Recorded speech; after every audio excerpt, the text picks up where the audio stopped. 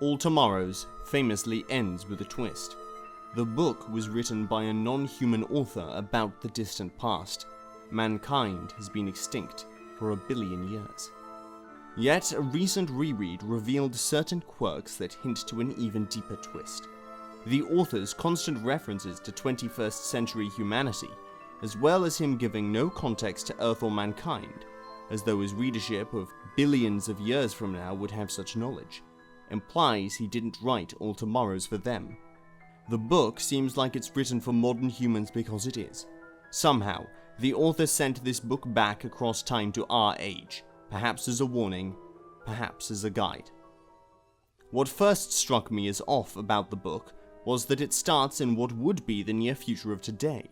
The author doesn't begin his chronicle by talking about where humans came from or how they developed civilization. It's as though he'd expect his readers to already know this billions of years old lore. One might think that this information is so distant that the author simply doesn't know such things. But he repeatedly references earthly things from before his starting off point. Below, I'll list every out-of-place reference to our modern day I could find in Alltomorrows. A lander ferries the first people to the pre-terraformed Eden of Mars, like the gradual separation of America from her European mother. War between planets was a slow, nerve-wracking series of precisely timed decisions that spelled destruction on biblical scales. They rapidly terraformed and colonized Venus, the asteroids, and the moons of Jupiter and Saturn. This technological Oedipus complex was not uncommon. Nearly half of all the colony founding attempts were lost through it. The colossal fossil belonged to a bird-like creature with enormous claws. Later research determined it to be a highly derived therizinosaur from a lineage of herbivorous dinosaurs that died out millions of years ago. Most of the time, they resembled the vampires, werewolves, and goblins of bygone lore, herbivorous saltators with bird-like legs. There were limbless, ribbon-like varieties of eel people, huge whale-like behemoths, herbivorous reptiles. Most resembled the bats or the pterosaurs of the bygone past, dancing through the ether like angels, or demons, depending on your point of view. Gigantic pale insects, the descendants of common household pets, competed with Dali-esque birds and rodents over fields of overgrown fungi. The results of these experiments resembled nightmare sketchings of Bosch, Dali, or Picasso. Although imposing, these Giacometian wraiths were overdeveloped as to be sickeningly fragile. On the one hand, there were several races of almost Australopithecine cripples.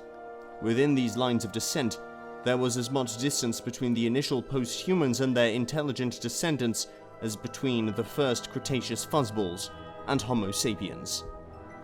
Flickering cephalopod skin televisions, mechanical sea squids. One species from a line of wading stork-like predators. A pterosapien was sexually mature at 2, middle-aged by 16, and usually dead by 23 years of our time. As a species, the angelic flyers were victims of heart disease. Normally, these creatures dress up in elaborate garments that resemble heaps of interconnected enlarged stockings. This condition was similar to the island realms of Madagascar, Galapagos, or Hawaii on old Earth, except that this time, it was on a global scale. Others took directly to the sea and became the analogues of whales, dolphins, and mosasaurs. The hedonists, until then trapped on a singular island no bigger than today's Iceland. Along this appendage, their entire bodies were reoriented in a horizontal, almost dinosaurian posture. The terrestrial domain of their world remained no larger than Australia. From this point on, the Satyriac world once again became a Valhalla of pleasure. Would a woman or man of today show any apprehension towards reassembling a computer or even recycling trash? Their subjects, meanwhile, became the inheritors of a truly new, war-torn phoenix of a galaxy. To talk with a man of today about the comings and goings of the new empire would be akin to giving lectures of 20th century geopolitics to a hunter-gatherer. Perhaps this tidbit is the biggest piece of evidence. In Earth Rediscovered, the author writes, "But from your or our vantage point, one discovery truly stood out in this orgy of advance." What could this mean? Surely the rediscovery of Earth is most significant to an Earthling, more so than an inhuman being billions of years hence.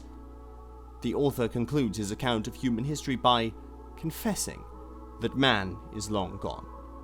Yet, shouldn't this be common knowledge to the creatures of his day?